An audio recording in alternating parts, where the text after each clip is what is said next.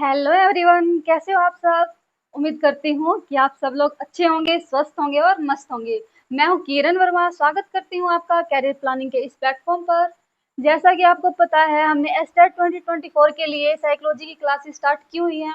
तो अब पिछली 2 कक्षाओं में हमने किया था वृद्धि और विकास क्या है, उसकी संकल्पनाएं और उसमें क्या डिफरेंस है और उसके प्रिंसिपल्स की थी। तो दूसरी कक्षा में हमने किया था विकास की अवस्थाएं, शैशवावस्था, बाल्यावस्था, किशोर अवस्था कि इनकी क्या-क्या विशेषताएं होती हैं, हमने ये जाना था। तो आज की कक्षा में हम करेंगे बायो इकोलॉजिकल सिस्टम, यानी कि परिस्थिति परक सिद्धांत, जो कि किसने दिया था, यूरी ब्रोनफेनब्रेनर ने। ठीक है, उन्होंने बताया था कि बच्चे का जो विकास है वो समाज में रहकर होता है। ठीक है, बच्चा जो कुछ भी सीखता है वो समाज में इंटरेक्शन करके ही सीखता है, सामाजिक अंतःक्रिया से सीखता है।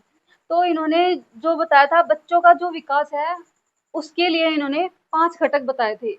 बच्चा जो है अ, बच्चे को जो है 5 घटक प्रभावित करते हैं, डायरेक्ट रूप से या फिर इनडायरेक्ट रूप से। तो देखिए, इसको हिंदी में बोलेंगे, बायो इकोलॉजिकल सिस्टम भी बोल देते हैं, इसको इकोलॉजिकल सिस्टम भी बोल देते हैं। तो इसको बोलेंगे हिंदी में परिस्थिति परक सिद्धांत। परिस्थिति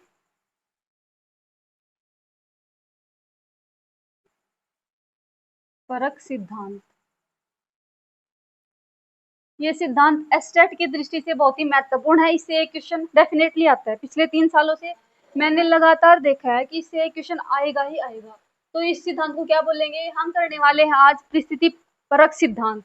ये सिद्धांत किसने दिया था, यूरी ब्रोनफेनब्रेनर ने। इसका थोड़ा सा नाम बड़ा है, फिर भी याद रखना, यूरी ब्रोनफेनब्रेनर ने दिया था ये सिद्धांत। इन्होंने जो 5 घटक बताए हैं जो बच्चे को प्रभावित करते हैं, कोई तो करता है इनडायरेक्ट रूप से और कोई डायरेक्ट रूप से। तो 5 घटक कौन कौन से हैं, उनके हम नाम लिखेंगे। पहला है माइक्रो सिस्टम,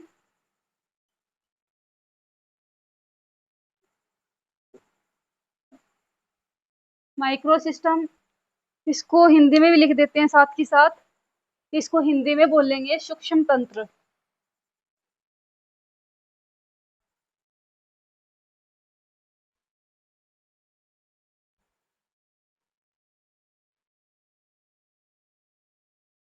सूक्ष्म तंत्र, ठीक है। तो देखिए दूसरा कौन सा है, माइक्रो सिस्टम हो गया, जो कि सबसे निचली परत है। मीजो सिस्टम,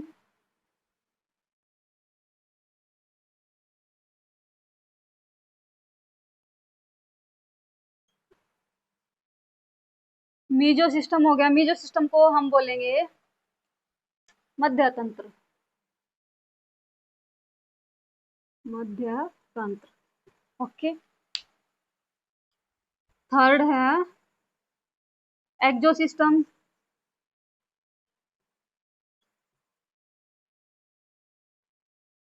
हिंदी में इसका नाम है बाह्य तंत्र,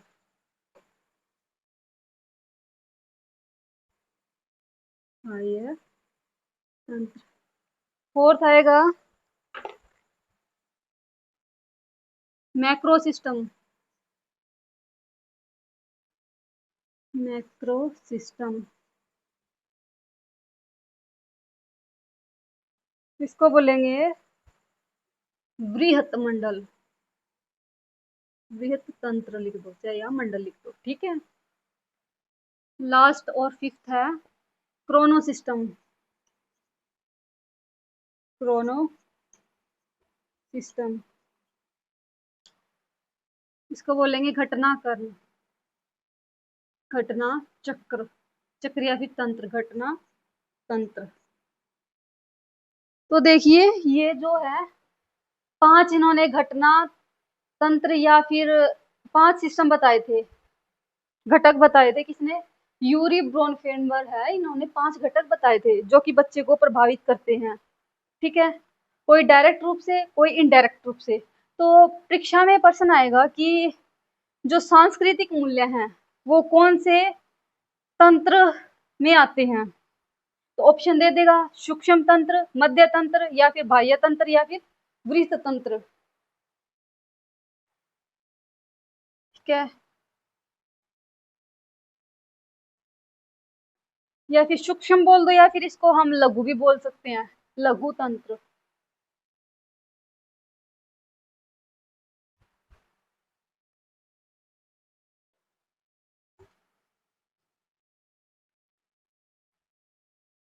या फिर लघु मंडल। ठीक है, तो देखिए माइक्रो सिस्टम, मीजो सिस्टम, एक्सो सिस्टम और मैक्रो और क्रोनो। माइक्रो सिस्टम में क्या आएगा, माइक्रो सिस्टम में जो है बच्चा डायरेक्टली इस सिस्टम से प्रभावित होता है, डायरेक्टली।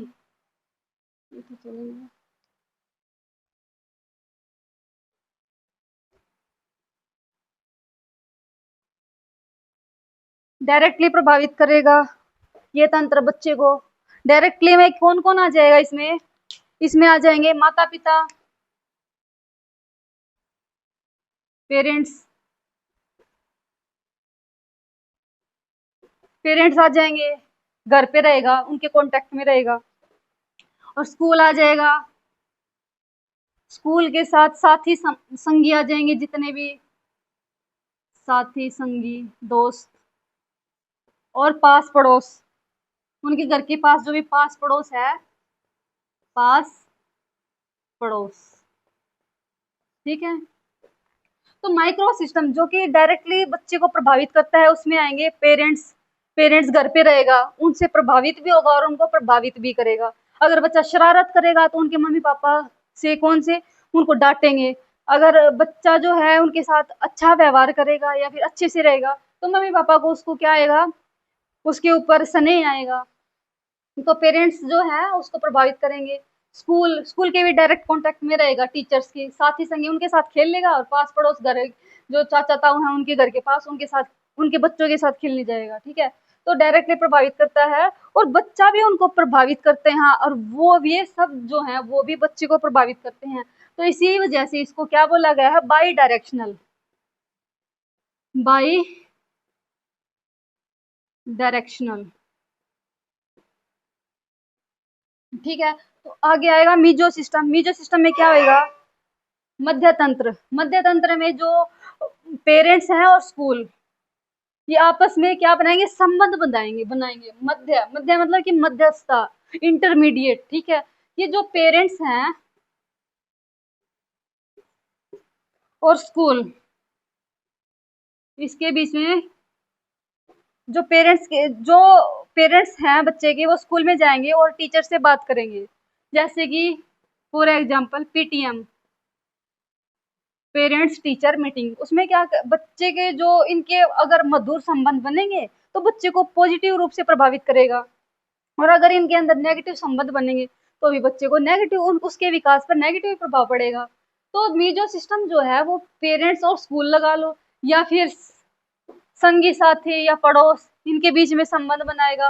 पेरेंट्स और जो स्कूल है, पेरेंट्स और पास पड़ोस में कैसे वो बनाएगा, जैसे कोई फेस्टिवल हो गया, फेस्टिवल में पेरेंट्स भी इकट्ठा आएंगे, आस पड़ोस के जो मेंबर हैं वो भी इकट्ठा आएंगे, तो उनके बीच में भी अच्छी बॉन्डिंग होगी, तो ये मध्यस्थता का काम करेगा। ठीक है, अगर उनके बीच अच्छी बॉन्डिंग बन गई तो बच्चे पर सकारात्मक प्रभाव डालेगा, और अगर उनके बीच में बॉन्डिंग नहीं बनी तो फिर बच्चे के ऊपर नेगेटिव प्रभाव डालेगा। ठीक है, तो आगे हम करते हैं एक्सो सिस्टम।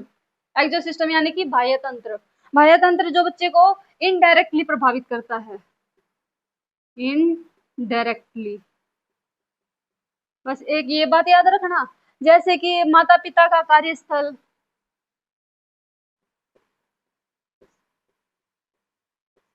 माता पिता का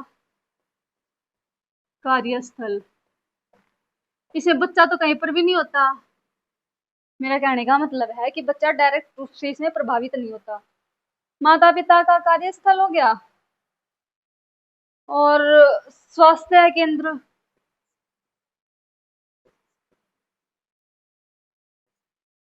स्वास्थ्य केंद्र। ठीक है, तो अगर बच्चे के जो माता पिता है वो कार्यालय यानी कि अपना काम करने के लिए ऑफिस गए, ऑफिस में अच्छा एनवायरनमेंट नहीं है, तो घर पे आके बच्चे को चाटा लगा देगा या फिर ऐसे उसको डांटेगा, तो ये इससे क्या है, बच्चे का जो विकास है वो नेगेटिव प्रभाव पड़ेगा बच्चे के विकास पर। ठीक है, तो माता पिता का कार्यस्थल भी इनडायरेक्टली बच्चे को प्रभावित करता है।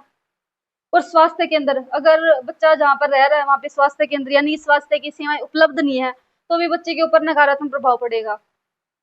तो हम नेक्स्ट करेंगे वृहत तंत्र यानी कि मैक्रो सिस्टम। ये सबसे ज्यादा महत्वपूर्ण है। इसमें क्या आएगा, ये सबसे बाहरी, ये निचली परत की सबसे,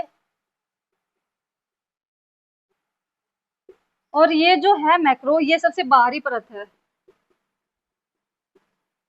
बाहरी परत है। ठीक है,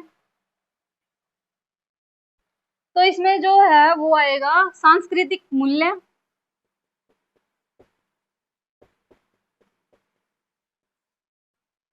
सांस्कृतिक मूल्य और सामाजिक प्रथाएं बच्चे को प्रभावित करेंगी, बच्चे के विकास को सामाजिक प्रथाएं और सामाजिक आर्थिक स्थिति, और सामाजिक आर्थिक जो स्थिति है वो भी बच्चे को प्रभावित करेगी। ठीक है, तो सांस्कृतिक मूल्य कैसे प्रभावित करेंगे, जैसे अपनी कल्चर है, अपने कल्चर में क्या करते हैं, सबको प्रणाम करते हैं, राम राम करते हैं, नमस्कार करते हैं, और बाहर हाय हेलो ऐसे। ठीक है, तो सबके अलग अलग सांस्कृतिक मूल्य हैं। ठीक है, ये बच्चे को प्रभावित करेगी। और जो सामाजिक प्रथाएं हैं वो भी बच्चे को प्रभावित करेगी, जैसे कि बाल विवाह हो गया,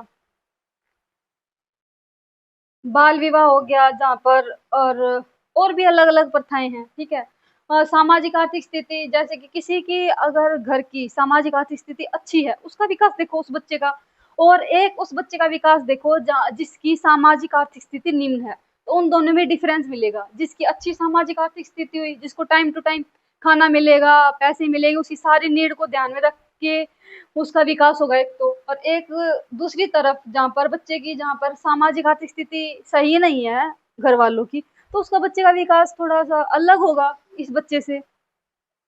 ठीक है, तो हम आगे करेंगे घटना तंत्र। घटना तंत्र यानी कि ये जो है सामाजिक, ये ऐतिहासिक से जुड़ा है। इसमें जो बच्चा है, इसमें जो बच्चा है, इसके अंदर जो घटना होगी उससे बच्चे पर बहुत ज्यादा गहरा प्रभाव पड़ेगा, जैसे कि माता पिता का तलाक हो जाना, माता पिता का तलाक हो जाना, या फिर माता पिता में से किसी एक की मृत्यु हो जाना, माता पिता बचपन में ही, या फिर कोरोना, जैसे कि कोरोना आया था, बच्चे पर गहरा इफेक्ट पड़ा था, कोरोना भी हम इसमें रख सकते हैं, कोरोना को भी। तो आइए एक बार देखेंगे इसको। तो हमने आज किया परिस्थिति परक सिद्धांत, जो किसने दिया था, यूरी फ्रॉनफेनब्रेनर ने। इन्होंने 5 घटक बताए थे जो बच्चों को प्रभावित करते हैं। पहला घटक है माइक्रो सिस्टम, दूसरा meso system, exo system, macro system और क्रोनो सिस्टम। ठीक है, तो हिंदी में लघु तंत्र, मध्य तंत्र, बाह्य तंत्र और वृत्त तंत्र और घटना तंत्र, ये बच्चों को डायरेक्टली प्रभावित करेगा, जैसे जिसमें पेरेंट्स आ जाएंगे, स्कूल आ जाएगा, साथी संगी और पास पड़ोस। ठीक है, ये बाई डायरेक्शनल होता है कि बच्चा भी उनको प्रभावित करेगा और वे भी बच्चे को प्रभावित करेंगे, तो हो गया ना बाई डायरेक्शनल। ठीक है, तो इसमें जो मध्य तंत्र है, मध्य तंत्र क्या करेगा, बॉन्डिंग बनाएगा, कि स्कूल की और पेरेंट्स की बॉन्डिंग बना दी, या फिर पेरेंट्स की और पास पड़ोस की बॉन्डिंग बना दी, उससे इसका संबंध। ठीक है, अगर उनकी बॉन्डिंग अच्छी हुई तो बच्चे का विकास धनात्मक रूप से अच्छा होगा।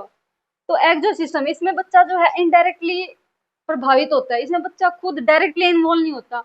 जैसे कि माता पिता का कार्यस्थल, अगर माता पिता का कार्यस्थल में कुछ कॉन्फ्लिक्ट चल रहे हैं, तो घर पे जो है बच्चे के ऊपर इफेक्ट पड़ेगा, कि घर पे जो है वो पेरेंट्स उनके खुश नहीं रहते, कोई कुछ बात पूछते हैं तो फिर उनको डांट लगा देते हैं। इसे अगर लगातार ये चलता रहा तो फिर बच्चे के विकास पर नेगेटिव इफेक्ट पड़ेगा। स्वास्थ्य के अंदर अगर बच्चा जहाँ पर रह रहा है वहाँ पर स्वास्थ्य की सेवाएं उपलब्ध नहीं है तो भी बच्चे को प्रभावित करेगा। बाहरी तंत्र यानी कि मैक्रो सिस्टम, जो कि एस्टेट के अंदर हर बार यही पूछा गया है एस्टेट के अंदर, इसको याद रखना एक बार, मोस्ट इम्पोर्टेंट है ये। मैक्रो सिस्टम पूछ लेगा सांस्कृतिक मूल्य सामाजिक प्रथाएं व किस कौन से तंत्र से संबंधित हैं, ठीक है। ऑप्शन में दे देगा ये ऊपर वाले चार, तो हम करेंगे मैक्रो सिस्टम। हम अब इसको याद कैसे करेंगे, मैक्रो, मैक्रो से याद रखना मैक्रोनी हिंदी में। तो मैक्रोनी हम कब बनाएंगे, जब कोई होली दिवाली फेस्टिवल होगा तब बनाएंगे। तो सांस्कृतिक मूल्य, तो सांस्कृतिक जो हमारे जो फेस्टिवल आते हैं उन पर हम मैक्रोनी वगैरह बनाते हैं खाने की, ठीक है। तो इसलिए आप याद रख सकते हो, उससे लिंक कर सकते हैं, ठीक है। तो सांस्कृतिक मूल्य पूछेगा तो कौन सा आएगा, मैक्रो सिस्टम। आपका 1 नंबर पक्का हो गया यहाँ से स्टेट के लिए। तो घटना चक्र में बच्चे के ऊपर गहरा प्रभाव पड़ेगा, जिसमें उसके माता पिता का तलाक हो गया तो बच्चे को एकदम से डिसाइड करना पड़ेगा कि उसको मम्मी के साथ रहना है या फिर पापा के साथ रहना है। कोरोना काल में भी बहुत सारे लोगों को बहुत कुछ सफर करना पड़ा था। फिर माता पिता की मृत्यु, अगर माता पिता की किसी की अगर बचपन में ही बच्चे की माता पिता की मृत्यु हो जाए तो उसको सारी उम्र सफर करना पड़ेगा, जैसे कि उसका विकास पर गहरा प्रभाव डालेगा। तो आज हमने किया यूरी ब्रोनफेनब्रेनर का परिस्थिति परक सिद्धांत, ठीक है। आपको अच्छे से समझ आ गया होगा, ठीक है। आज के लिए इतना ही, ओके, थैंक यू।